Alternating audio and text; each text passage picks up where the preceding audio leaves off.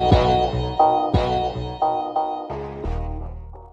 लोग हिंदी में काव्य खंड के 5वें नंबर चैप्टर को पढ़ रहे थे, जिसके शीर्षक का नाम है भारत माता। और इस चैप्टर से संबंधित पिछले वीडियो में हम आपको बहुत सारे प्रश्न का उत्तर बताए थे, जिसमें सबसे पहले हम आपको कवि परिचय बताए थे, यानी कि सुमित्रानंदन पंत के बारे में बताए थे।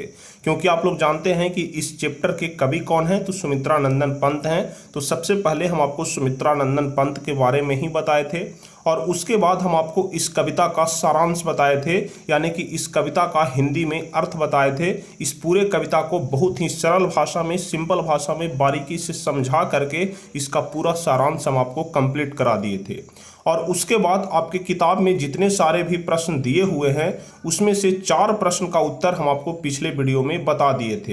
तो आज के इस क्लास में हम आपको 5वें नंबर प्रश्न से बताना शुरू करेंगे, और 5वें नंबर प्रश्न के आगे जितने सारे भी प्रश्न शेष बच गए हैं, सारे प्रश्न का उत्तर हम लोग इस वीडियो में देख लेंगे। तो चलिए बिना समय गवाए हम लोग शुरू करेंगे, लेकिन उसके पहले यदि आप लोग चैनल पर नए हैं तो चैनल को जरूर सब्सक्राइब कर लीजिएगा, ताकि आगे के भी हर एक वीडियो का नोटिफिकेशन आपको मिल सके। तो चलिए 5वां नंबर प्रश्न से हम लोग देखना शुरू करेंगे। तो 5वां नंबर प्रश्न कह रहा है कि कवि भारत माता को गीता प्रकाशनी मानकर भी ज्ञान मूढ़ क्यों कहता है। यानी कि जो कवि सुमित्रानंदन पंत हैं वह भारत माता को गीता प्रकाशनी मानते हैं, लेकिन गीता प्रकाशनी मानकर भी भारत माता को ज्ञान मूढ़ क्यों कहते हैं। ज्ञान मूढ़ कहने का मतलब हुआ कि ज्ञान होते हुए भी चुपचाप रहना, ज्ञान होते हुए भी पिछड़ जाना, इसी को ज्ञान मूढ़ बोला जाता है। तो यहाँ पर कवि कहते हैं कि भारत जो है वह गीता प्रकाशनी है। गीता प्रकाशनी कहने का मतलब कि भारत विश्व गुरु है। यहाँ सभी लोग विदेशों से पढ़ने के लिए आते थे, लेकिन आज खुद जो भारत है वह ज्ञान मूढ़ क्यों बना हुआ है। तो चलिए इसका जवाब हो जाएगा कि भारत सत्य, अहिंसा, मानवता, सहिष्णुता आदि का पाठ सारे विश्व को पढ़ाता था। आप जानते हैं कि भारत हमेशा से विश्व गुरु रहा है। यहाँ विदेशों से लोग पढ़ने के लिए आते थे। भारत में नालंदा विश्वविद्यालय जैसे बहुत बड़े बड़े विश्वविद्यालय थे। बहुत सारे लोग इसमें ऐसे भी होंगे जो नालंदा विश्वविद्यालय जरूर गए होंगे। वहाँ आप लोग देखिएगा कितना बड़ा पुस्तकालय था और कितना बड़ा नालंदा विश्वविद्यालय था, जिसे आज नालंदा के खंडहर के नाम से जाना जाता है। तो वहाँ पर लोग विदेशों से पढ़ने के लिए आते थे और शिक्षा ग्रहण करके जाते थे। तो इसी बात का चर्चा यहाँ पर कहते हुए लेखक लिखते हैं कि भारत सत्य, अहिंसा, मानवता, सहिष्णुता आदि का पाठ सारे विश्व को पढ़ाता था, किंतु आज इस क्षितिज पर अज्ञानता की प्रकाष्ठा चारों तरफ फैल गई है। लूट खसोट, अलगाववाद, बेरोजगारी आदि जैसी समस्या इसको खोखला करते जा रही है। कहने का मतलब कि भारत इतना ज्यादा बेरोजगार हो गया है, भारत में आतंकवाद इतना अधिक बढ़ गया है, भारत में अलगाववाद इतना अधिक बढ़ गया है कि भारत आज खोखला होते हुए जा रहा है। और मुखमंडल सदा सुशोभित रहने वाली भारत माता के चित्र धूमिल हो गए हैं। यानी कि वो भारत माता जिनके मुख पर हमेशा मुस्कान रहता था, आज उनका मुखमंडल भी धूमिल हो गया है, यानी कि उनके मुख से मुस्कान गायब हो गया है। इसी बात का जिक्र करते हुए लेखक यहाँ पर कहते हैं कि धरती, आकाश आदि सभी इसके प्रभाव से ग्रसित हो गए हैं। आज सभी जगह अंधविश्वास, अज्ञानता का साम्राज्य उपस्थित हो गया है। इसी कारण कवि ने इसे ज्ञान मूढ़ कहा है। तो किस कारण से कवि ने भारत माता को ज्ञान मूढ़ कहा है, इस बात का चर्चा इस प्रश्न में करना था, जो कि आप लोग अच्छे तरीके से समझ गए होंगे। काफी सिंपल सा प्रश्न है और इसका जवाब भी हम आपको बहुत ही ज्यादा सरल भाषा में करके बता दिए। तो उम्मीद करते हैं कि 5वां नंबर प्रश्न आप लोग समझ गए होंगे। चलिए अब 6ठा नंबर प्रश्न हम लोग देखते हैं, जिसमें कह रहा है कि कवि की दृष्टि में आज भारत माता का तप संयम क्यों सफल है। यानी कि सुमित्रानंदन पंत की दृष्टि में भारत माता का तप और संयम जो है वह क्यों सफल रहा है, इसके बारे में ही बताना है। तो चलिए इसका जवाब होगा कि विदेशियों द्वारा बार बार लूटपाट करने के बाद भी भारत माता के सहृदयता के भाव को नहीं रौंदा गया है। यानी कि भारत से चाहे विदेशी कितनों आक्रमण करके लूट खसोट कर लिए, लेकिन भारत माता का जो स्वभाव है, भारत माता का जो सहृदयता है, उनके भाव को नहीं रौंदा गया है। इसकी सहनशीलता आज भी बरकरार है। आज भी यह अहिंसा का पाठ पढ़ाती है, लोगों के भय को दूर करती है। और सब कुछ खो देने के बाद भी यह अपने संतान को वसुधैव कुटुंबकम की ही शिक्षा देती है। कितने लोग जो हैं वह वसुधैव कुटुंबकम का अर्थ जानते हैं? जरा नीचे कमेंट में जरूर बताएंगे कि वसुधैव कुटुंबकम का अर्थ क्या होता है। तो चलिए जल्दी जल्दी से आप लोग नीचे कमेंट करके बताइए कि वसुधैव कुटुंबकम का अर्थ क्या होता है। तो चलिए हम आपको बताते हैं कि वसुधैव कुटुंबकम का अर्थ क्या होता है। वसुधैव मतलब होता है पृथ्वी यानी कि धरती, और कुटुंब मतलब तो आप लोग जानते ही होंगे कि मेहमान होता है, यानी कि यह जो पूरा धरती है वह कुटुंब के समान है। इसी को वसुधैव कुटुंबकम भी बोला गया है। कभी आप लोग संसद भवन जाइएगा घूमने के लिए तो संसद भवन के मुख्य द्वार पर ही लिखा हुआ है वसुधैव कुटुंबकम, यानी कि यह जो पूरी धरती है यह कुटुंब के समान है, यह एक परिवार के समान है। तो इसी बात को कहते हुए यहाँ पर सुमित्रा नंदन पंत कहते हैं कि सब कुछ खो देने के बाद भी भारत माता अपने संतान में वसुधैव कुटुंबकम की ही शिक्षा देती है, और यह भारत माता के तप का ही परिणाम है कि उनकी संतान सहिष्णु बने हुए हैं। सहिष्णु कहने का मतलब कि सहनशील बने हुए हैं। यह भारत माता का ही परिणाम है कि इतना सब कुछ झेल लेने के बाद भी वह अपने संतान को सहनशीलता की ही शिक्षा देती है। इसलिए यहाँ पर यह प्रश्न मैं आपसे पूछ रहा था कि कवि की दृष्टि में आज भारत माता का तप संयम क्यों सफल रहा है, यानी कि भारत माता का जो दृढ़ता है, यह जो तप है, यह क्यों सफल रहा है, इसी के बारे में लिखना था। तो काफ़ी सिंपल सा सवाल है कि भारत को चाहे कितना भी लूट खसोट लिया गया, भारत के हृदय को कितना भी दुख पहुंचाया गया, लेकिन इसकी सहनशीलता आज भी बरकरार है। आज भी यह अहिंसा का पाठ ही पढ़ाती है और लोगों के भय को दूर करती है, और सब कुछ खो देने के बाद भी यह अपने संतान को वसुधैव कुटुंबकम की ही शिक्षा देती है। और यह भारत माता के तप का ही परिणाम है कि इसकी संतान आज सहिष्णु बने हुए हैं। तो काफी सिंपल सा जवाब है, बिल्कुल अच्छे तरीके से आपको याद हो जाएगा। चलिए अगला नंबर प्रश्न जो है वह काफी महत्वपूर्ण है, और यह वाला प्रश्न हमेशा दीर्घ उत्तरीय में पूछा जाता है कि व्याख्या करें, और व्याख्या किस प्रकार से करना है आपको हम इस क्वेश्चन में बताएंगे। और यदि परीक्षा में व्याख्या पूछ दे तो किस प्रकार से उसका जवाब देना है, इसके बारे में भी हम आपको बताएंगे, ताकि अगर आप लोग व्याख्या अच्छे तरीके से करेंगे तो पूरे आपको 5 नंबर मिल जाएगा। इसलिए व्याख्या को सोच समझ करके करना चाहिए, इसके भाषा पर थोड़ा ध्यान देना चाहिए। तो चलिए हमारा व्याख्या करने का भाषा किस प्रकार से रहता है इसके बारे में पहले हम लोग चर्चा करते हैं।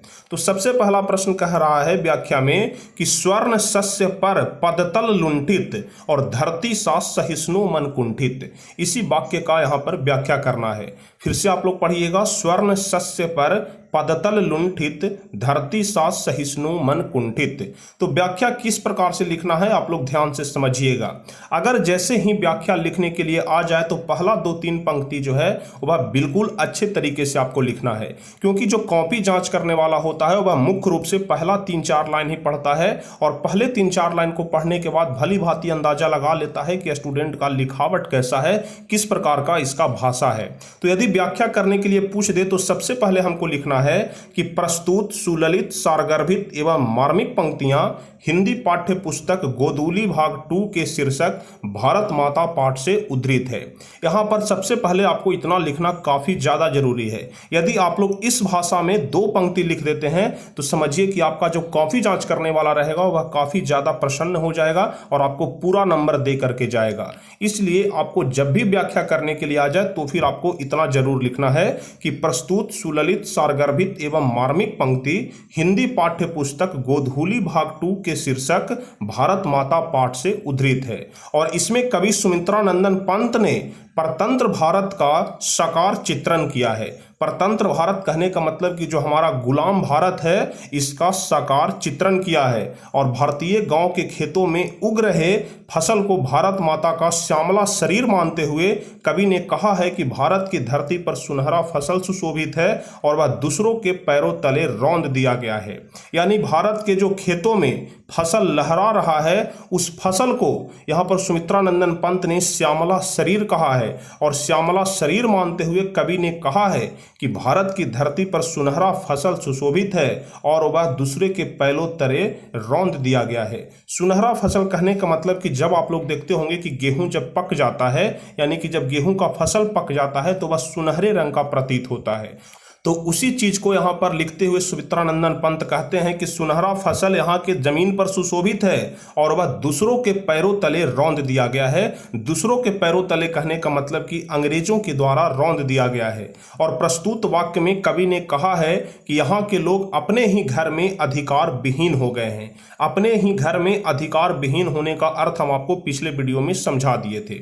चलिए, उसके बाद कह रहा है कि पराधीनता के चलते यहाँ की प्राकृतिक शोभा भी उदासीन प्रतीत हो रही है और भारत माता का मन सहनशील बनकर कुंठित हो रही है। इसमें कवि ने पराधीन भारत की कल्पना को मूर्त रूप दिया है, यानी कि जो पराधीन भारत है, यानी कि दूसरों के गुलामी के जंजीर में जकड़ा हुआ जो भारत है, उसका चित्रण किया है। तो कुल मिलाकर के आपका जो यह वाला पंक्ति कह रहा था कि स्वर्ण शस्य पर पदतल लुंठित, धरती सा सहिष्णु मन कुंठित, यानी कि हमारा जो भारत माँ का धरती है वह काफी सहिष्णु है, यानी कि काफी सहनशील है, लेकिन सहनशील होते हुए भी कुंठित है क्योंकि यहाँ दूसरों का गुलाम बना हुआ है। हमारी जो भारत माता है वह गुलामी के जंजीर में जकड़ी हुई है। तो इसी बात का यहाँ पर जिक्र करना था और इसका व्याख्या करना था। तो उम्मीद करते हैं कि आप लोग अच्छे तरीके से पहला नंबर प्रश्न का व्याख्या कर लेंगे। और जिस प्रकार से हम आपको यहाँ पर लिखने के लिए बताए, अगर आप लोग हूबहू परीक्षा में इसी प्रकार से लिखेंगे तो आपका फिर जो कॉपी जांच करने वाला रहेगा वह 0.01% नंबर भी नहीं काटेगा, आपको पूरा नंबर दे करके जाएगा। तो आप लोग को इसी भाषा में लिखना है और यदि व्याख्या करने के लिए आ जाए तो इसी प्रकार से लिखना है। चलिए, ख नंबर प्रश्न हम लोग देख लेते हैं। तो ख नंबर प्रश्न कह रहा है कि चिंतित भ्रिकुटी क्षितिज तिमिरांकित नमित नयनमम बाष्पाच्छादित, इसका व्याख्या हम लोग करेंगे। तो फिर से हम लोग उसी प्रकार से लिखेंगे कि प्रस्तुत सुललित सारगर्भित एवं मार्मिक पंक्तियां हिंदी पाठ्य पुस्तक गोधूली भाग 2 के शीर्षक भारत माता पाठ से उद्धृत किया गया है। इतना तो आपको जरूर लिखना है। और इसमें कवि सुमित्रानंदन पंत ने भारत के मानवीकरण करते हुए पराधीन से प्रभावित भारत माता के उदासीन, दुखी एवं चिंतित रूप को दर्शाया है। यानी कि जो भारत का पराधीनता है उससे प्रभावित भारत माता के उदासीन, दुखी एवं चिंतित रूप को दर्शाया है कि भारत गुलामी के जंजीर में जकड़ने के बाद कितना उदासीन हो गया है, कितना दुखी हो गया है, कितना चिंतित हो गया है, और इसी रूप को दिखाने का प्रयास किया गया है। प्रस्तुत वाक्य में कवि ने चित्रित किया है कि गुलामी में जकड़ी भारत माता चिंतित है, उनकी भ्रिकुटी से चिंता प्रकट हो रही है, क्षितिज पर गुलामी रूपी अंधकार की छाया पड़ रही है और माता की आंखें अश्रुपूर्ण है। अश्रुपूर्ण कहने का मतलब कि आंसू से भरा हुआ है। आप लोग देखते हैं कि जब व्यक्ति दुखी होता है तो उसका आंख डबडबा जाता है आंसू से।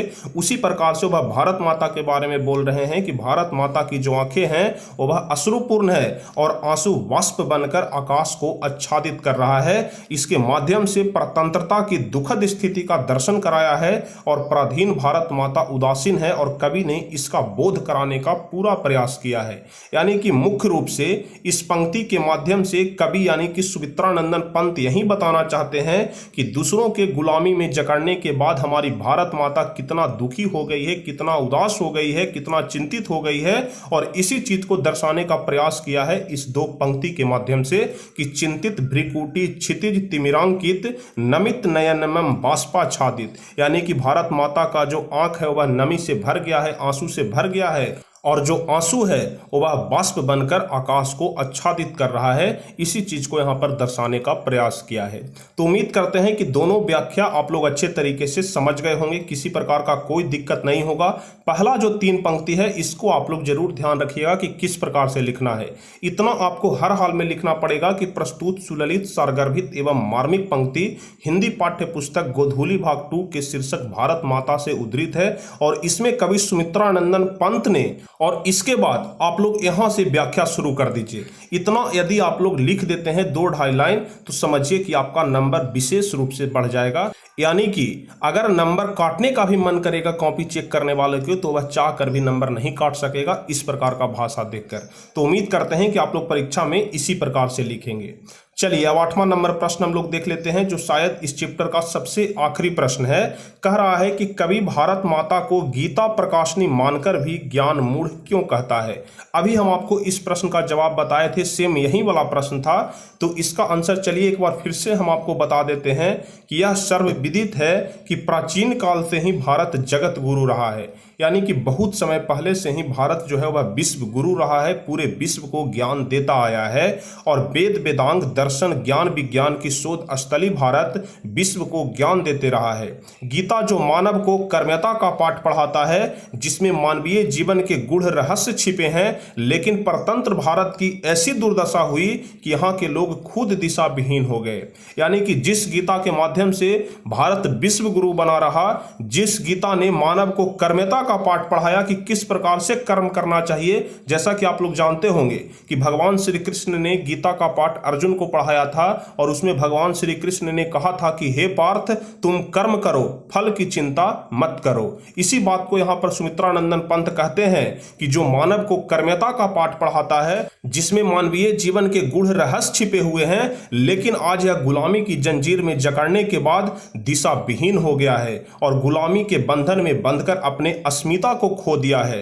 आत्मनिर्भरता समाप्त हो गया है, जीवन निकृष्ट हो गया है, नीरस हो गया है। यहाँ के लोग अज्ञानी हो गए हैं, निर्धन हो गए हैं और असभ्य हो गए हैं। इसलिए कभी कहता है कि भारत माता गीता प्रकाशनी है और फिर भी आज ज्ञान मूढ़ बनी हुई है। यानी कि जिस गीता के माध्यम से संपूर्ण विश्व पर यह भारत राज किया, हमेशा कर्म करता आया, कभी फल का चिंता नहीं किया, आज वही भारत ज्ञान मूढ़ बना हुआ है, यानी कि ज्ञान होते हुए भी लाचार बना हुआ है। तो काफी महत्वपूर्ण प्रश्न है, इसका जवाब आप लोग ध्यान रखिएगा। काफी सिंपल भाषा में इसका आंसर भी हम आपको बताए, तो उम्मीद करते हैं कि यहां तक के सारे प्रश्न आप लोग समझ गए होंगे। उसके बाद एक 9वां नंबर प्रश्न भी है, जिसमें कहा जा रहा है कि भारत माता कविता का सारांश अपने शब्दों में लिखें। तो सारांश तो सबसे पहले ही हम आपको बता दिए, सबसे पहले कवि परिचय के बाद हम आपको कविता का सारांश ही बताए थे। तो कविता का सारांश दोबारा से बताने का कोई जरूरत नहीं है, क्योंकि पिछले वीडियो में हम आपको कविता का सारांश बता चुके हैं। तो कुल मिलाकर के यही 9 प्रश्न इस चैप्टर में दिया गया था, जो कि काफी महत्वपूर्ण है और इस चैप्टर से संबंधित बहुत सारे प्रश्न परीक्षा में पूछे भी जाते हैं।